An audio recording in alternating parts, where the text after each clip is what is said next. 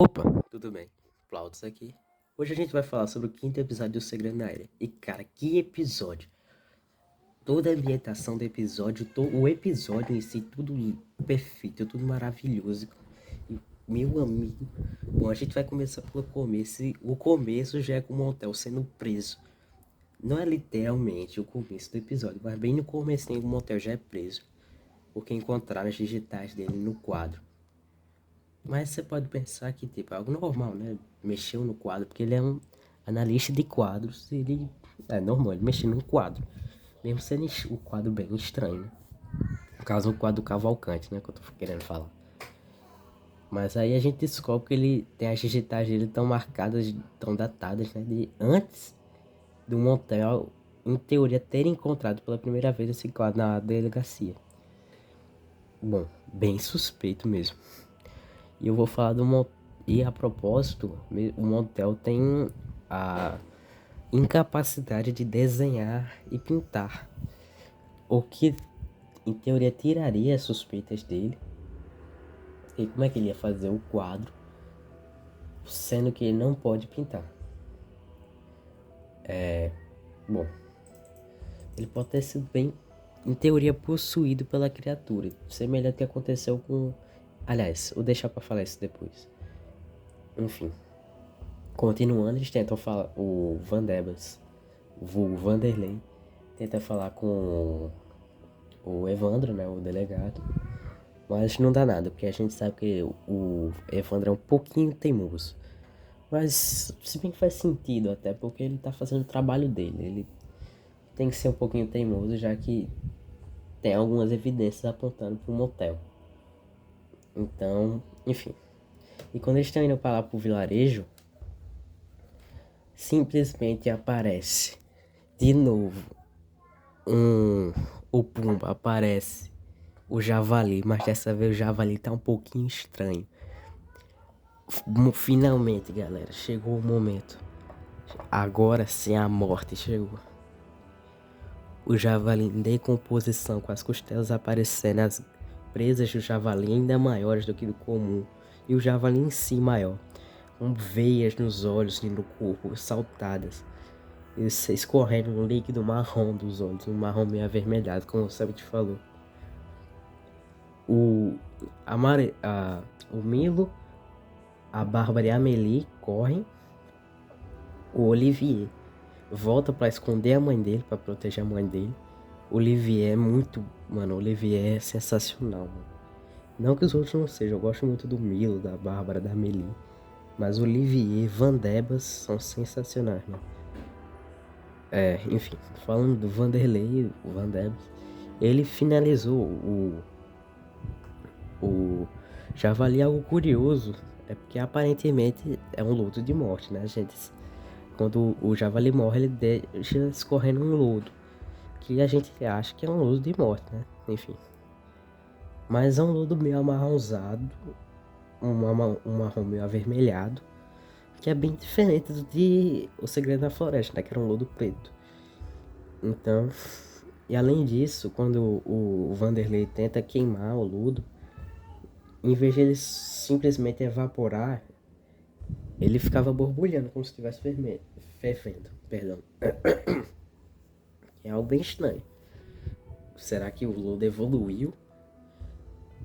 Eu não acho que a Relíquia de Morte esteja na ilha, porque é um spin-off, querendo ou não, não é a história principal. Então não acho que vai ter uma relíquia lá. Mas enfim, continuando. Eles vão pro vilarejo, eles chegam na delegacia e o Vanderlei vai ajudar o Evandro a matar as criaturas, os cães do mato, que estão zumbificados indo pra cima da galera. E quando eles terminam lá de limpar a parte que tava ali por perto, o Vanderlei vê ao longe simplesmente o Wagner correndo atrás de um. Ele tá indo em direção à igreja, no caso. Aí ele vai ajudar ele. E a gente vê que ele tá indo o cão do mato, né? O lobo de morte lá tá indo em direção certeira a de uma porta cheia de correntes. E quando eles vão olhar o que é, tem só um quadro. E a sala é uma sala bem estranha, tudo queimado. A sala toda queimada. que é bem suspeito, eu diria. Ele conseguiu queimar só aquele quarto, sem queimar a igreja ou a casa dele. Enfim, quando eles vão lá, o Vanderlei sente uma imensa vontade de olhar o quarto sozinho. Então ele pede pro Olivier e a Amélie saírem, que eram quem estavam com ele, porque a Bárbara e o Milo foram buscar uma arma na casa do Evandro. E depois eles foram ajudar o Evandro, indo lá no farol para ver o que tinha acontecido, porque eles foram seguir os rastros aqueles rastros de lodo daquele negócio marrom que dava no farol, mas isso eu conto já já. E chegando lá, quando eu tava no quadro, a gente viu uma memória de era um garoto, um jovem de 25 a 30 anos, não tão jovem no caso, falando, e quando o Vanderlei olha para a mão dele, a sua mão não é sua mão. De novo isso acontecendo com o Hakim, mas enfim. A gente percebe que se tratava do Tobias com Cleó, com a Noralma. E pelo que aconteceu, a gente percebe que na verdade não foi o Constantino que matou a Noralma, foi o Tobias. E algo muito curioso é que os diálogos do quadro da Noralma e do Tobias se complementam. Se você colocar em ordem, você vai ver uma conversa entre os dois. É algo bem curioso. Mas enfim, depois de bater bastante na sombra meio que, sei lá, um lodo, era como se fosse uma silhueta preta, não tão física, meio líquida. Quando ele vai derrubar o Tobias do penhasco, na verdade quem cai é a Noralma. Naquele caso era o Vanderlei, né, vendo. Enquanto ele caía, as palavras do nome Tobias F. Conclió se tornavam Francisco Oblito, que o Hakim junto da Bia formaram esse anagrama, que era o enigma, né? E logo a gente descobre que, na verdade, o Tobias que matou a Noralma é o padre Francisco. Ou seja, era por isso que ele tinha tanto medo de quadro, porque aquela sala estava trancada tão trancada assim, para ninguém saber disso. E também por isso que esse quadro estava envolvendo esquecer de algo. Que ele fez isso para esquecer que matou a própria amada. E no começo da narração que o Selbit fez, ele pediu para o Hakim narrar uma coisa que ele queria esquecer. O Hakim narrou que ele queria esquecer a dor que ele sentiu depois de tentar tirar o sangue da perna da irmã dele, que tinha recebido uma picada de cobra. Então, novamente envolvendo esse lance de esquecer as memórias ruins.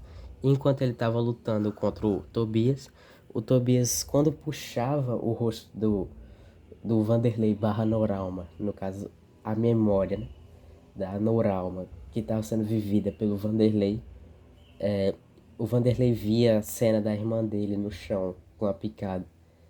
Enfim. Depois disso, o Vanderlei fica com as queimaduras no braço, que ele descreve meio ósseo, assim, mais duro, porque a pele dele tinha necrosado, enfim. Aí eles saem de lá e tal. Aí eles vão em direção à mansão. Mas agora vamos voltar pro Milho e pra Bárbara. Eles vão seguindo o rastro. Quando chegam lá no farol, eles veem vários animais mortos, com mordidas, o que deixa tudo meio suspeito. Como é que o Celestino, um velho de quase 70 anos, conseguiu fazer isso? Ou seja lá o que for que fez isso. E se foi outra coisa que fez isso, onde é que tá o Celestino? Eles vão em direção à mansão, porque eles estão com medo de ter acontecido alguma coisa com a Lívia, que pode ter ido pra mansão. Quando chegam lá, isso está acontecendo durante o que eu narrei do Vanderlei, do Olivier e da Amélie. Cara, esse episódio foi muito louco, velho. Enfim, a cena quando eles chegam lá, o combate em si é algo bem curioso, porque o Milo e o Otávio não queriam realmente acertar no começo, né? Não queriam prejudicar o Celestino, porque eles achavam que era ele só tava meio louco, igual sempre. Mas o Evandro mirou pra acertar o Celestino. Ele queria realmente matar. Mas ele acabou vomitando, passando muito mal. Que é algo que eu vou me comentar um pouquinho mais à frente. Bom, aí depois de um combate, o Celestino ataca a Bárbara, que tinha tomado a frente da Lívia. E depois desse ataque, a Lívia em si bota a Bárbara para trás e toma a frente, para evitar que a Bárbara se machucasse. Aí no segundo ataque do Celestino, ele abriu a garganta da Lívia, fazendo começar a jorrar sangue, e a Lívia acabou morrendo. Vendo isso, a Bárbara ficou muito chocada. Mano, a atuação da Gabi foi sensacional. Foi algo que dá pra você sentir a agonia na pele. A agonia, a tristeza da Bárbara. E depois disso, o Mila consegue dar acertar alguns tiros a mais no Celestino, que já tava sem a mandíbula. E quando o Celestino caiu no chão, a Bárbara começou a esfaquear ele com a peixeira que ela tava, em fúria, em ódio. Ficou toda cheia de sangue pela fúria que ela tava. Ela pegou a mãe dela morta nos braços. Mano, essa cena é muito, muito brava. Muito brava. Mano, essa cena é muito boa, velho. É uma atuação espetacular da Gabi. Do Matt também, ele atuou muito bem. Cara, sensacional. O Otávio sem saber o que fazer. O Otávio começou a... Ele vendo que tanto de coisa acontecendo ao mesmo tempo. Tanto de coisa que nunca aconteceu. Um monte de gente morrendo do nada. O Otávio simplesmente começa a chorar porque ele não sabe o que fazer. Porque ele até tentou ajudar o Evandro, mas o Evandro tá desmaiado depois de ter passado mal. Tanto que o Evandro passou tão mal que além de vomitar só comida, ele vomitou sangue. Enfim. O Vanderlei e a Amelie chegam lá nessa cena. Falando só, como só chegou o Vanderlei e a Amelie, eu vou voltar pro gancho do Olivier.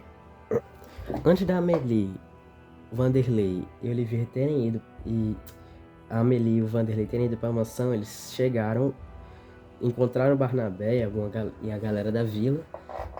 Então eles foram procurar a Amora e encontraram uma caverna. De novo uma caverna, que lembra um pouco a caverna que a Lourdete e a Aninha tinham encontrado em O Segredo na Floresta. E lá tem uma estátua de um ser encapuzado, que dá a entender que é o amigo da Amora, né? O monstro dos quadros que tá atacando, que atacou o Cavalcante. Então,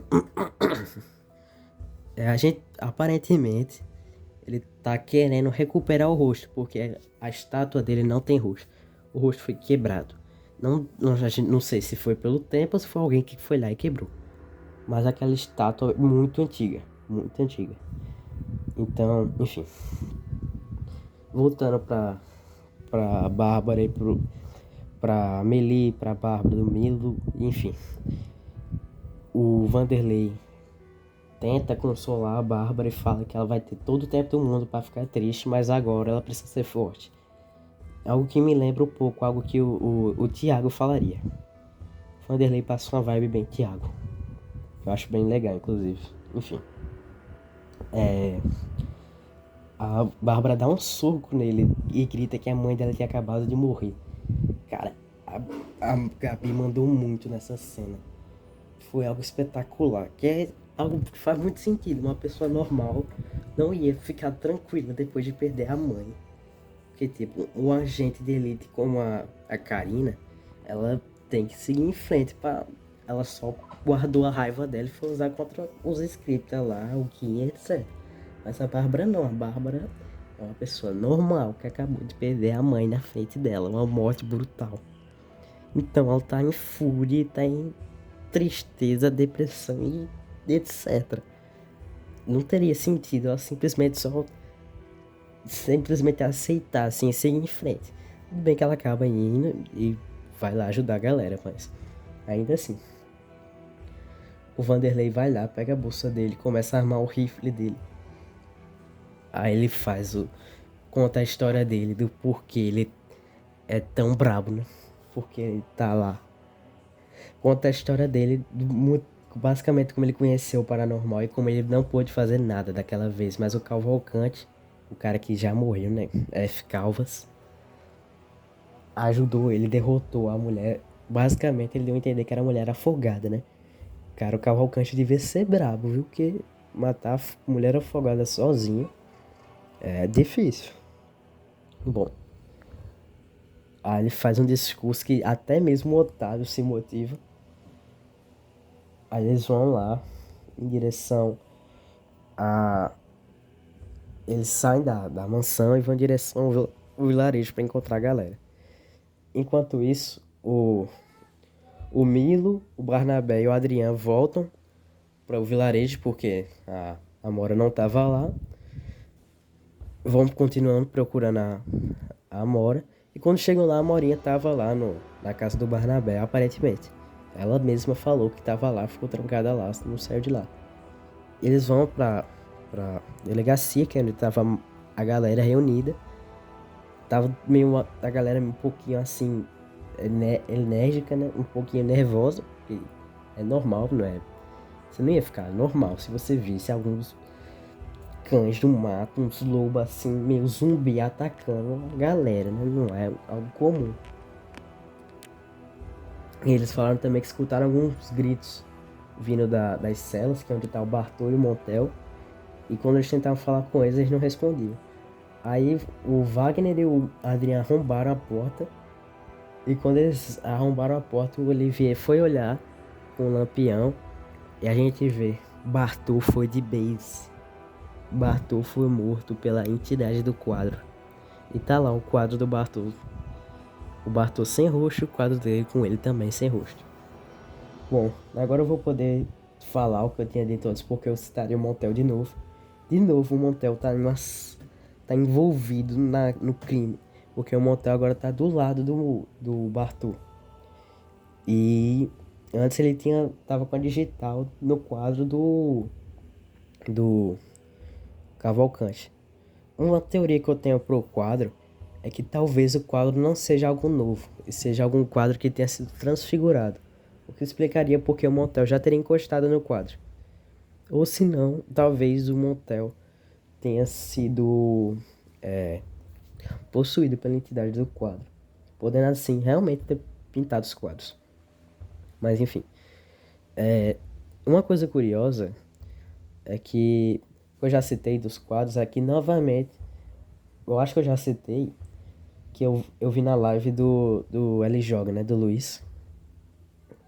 Ele comentou, aliás, ele viu um comentário que citava o fato basicamente o CT estar tendo seu rosto completado por uma sombra assim, preta, né? Enquanto a galera que ele mata fica com um buraco no rosto. Bem curioso. E outra coisa é que pode ser que o Evandro seja o próximo. Que dá a entender que o Evandro é o próximo por ele ter passado mal do nada. Enquanto ele tinha encontrado o Celestino. E a gente sabe que o Bartô deu a louca ele um dia antes. Então pode ser que a entidade interaja com o alvo, né, a vítima dela antes. E no dia seguinte ela vai a ataque. Quando ele estiver sozinho sem poder se defender. Por exemplo, o Cavalcante estava sozinho e o Bartô tava e ele não tava sozinho. Ele tava, tipo, não era como se o Montel pudesse interagir com ele fisicamente. Enfim. Bom, o episódio acabou por aí e deixou várias dúvidas e me deixou muito ansioso pro próximo episódio. Eu acredito que a galera que tá assistindo aí, quem viu o RPG também, tá muito ansioso pro próximo episódio. Porque esse episódio foi uma loucura. Foi um episódio muito bom. A galera mandou muito na atuação. Eu sei que eu não falei, mas a Bia mandou muito também.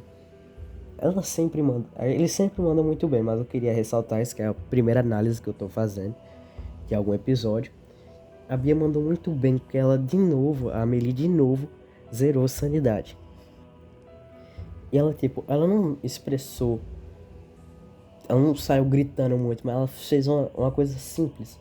mas que eu achei muito maneiro, uma coisa bem legal. Que ela realmente demonstrava não estar bem. Parecia que estava enlouquecendo, mas em silêncio.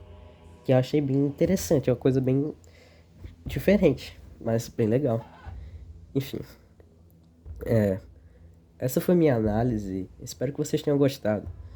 Eu não sou um grande criador de conteúdo, mas espero que vocês se inscrevam. Não precisa nem deixar o like, só se inscrever para, se você tiver gostado, ver mais vídeos como esse.